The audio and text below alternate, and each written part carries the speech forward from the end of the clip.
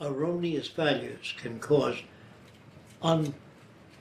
unbelievable suffering amongst people. And we, our nation, like other nations, are mainly like children that do not have answers, that do not have solutions of problems, whereby many solutions are violent and they do not solve problems. What is really needed is a change in values, not the election of this governor or that governor. There's no change in values in that. By change in values, I mean living in accordance with the natural capacity, that is the carrying capacity of the earth. And if we violate that, there are all kinds of problems. When you violate the laws of nature, which are really inviolable, they will produce other negative effects. But we're building a catalog of problems up ahead. I think that the solution of problems take longer. Of course, a sane solution takes many years, and that is to arrive at a value system that supports nature, the earth, and all the people that live on this earth. If they all go off in different directions and evolve different value systems, there's got to be trouble. And you cannot solve problems by killing people, although most of you believe that revenge is sweet. It is only sweet to the naive and childlike attitudes whereby we feel good when we get rid of a certain person identified with a problem. That does not solve the problem. If you yourselves, as Americans, were brought up in that country where those values are dominant, you will support those values. It isn't killing people that solves problems. It's outgrowing values that no longer work. And this is what we have to identify. If you cannot identify the values that do not work, you cannot undo them. Only through education can we change human values. And what we have to do is approach nations and share with them some of our values, if we can. And if you don't know how to do that, you have to find the means for doing that. It is absolutely essential that we find the means for bridging the difference between nations. And the nearest thing that I know of that can solve those problems is to arrive at decisions rather than make them. Arriving at decisions meaning put all your decisions to test, see if they work. Use scientific scales of performance. And in that manner, we can probably arrive at closer agreements with nations. I believe that all nations need the same thing: clean air, clean water, arable land, and medical and health security, and access to food and the necessities of life. If we fail to work together, attempting to solve these problems, I feel the problems will continue in much more vicious ways, because we're not touching or not addressing the actual manifestation of how these values come into being.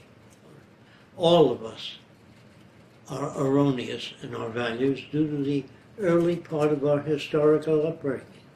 We are given a set of values that do not work. Proof: we have war, recession, hunger, poverty, starvation, illness. And if our society were oriented toward the well-being of our fellow human beings, I cannot see these problems as being dominant. In a society where every man works for himself, individual incentive, working for oneself. If people work for oneself, there wouldn't be the electric light. There wouldn't be engines that power vehicles. There wouldn't be electrification and reservoirs and water purification. These are processes that help all people. And processes that help single people is a very primitive value system carried into this century, which is really not necessary. However, it appears that humans do not seem to change or improve their value system until there's utter failure of that value system. People trained in the sciences tend to pause a little bit before they accept an idea, a little more than the average person. They try to evaluate it and they figured, well, the man is using a scientific method, he probably draws the correct conclusions. You know, when you have faith in somebody, believe in somebody, a scientist doesn't believe in anything. He either accepts, rejects, or holds in abeyance. That is, does not make a judgment until verifiable evidence is produced. And it's only through careful study, not feelings of revenge, careful study that will enable people to outgrow systems that are no longer relevant. What is needed is a value system that coincides with the nature of human need. Now, not only that, but humans are part of the environment. Therefore, the environment is part of human needs, whether we recognize it or not.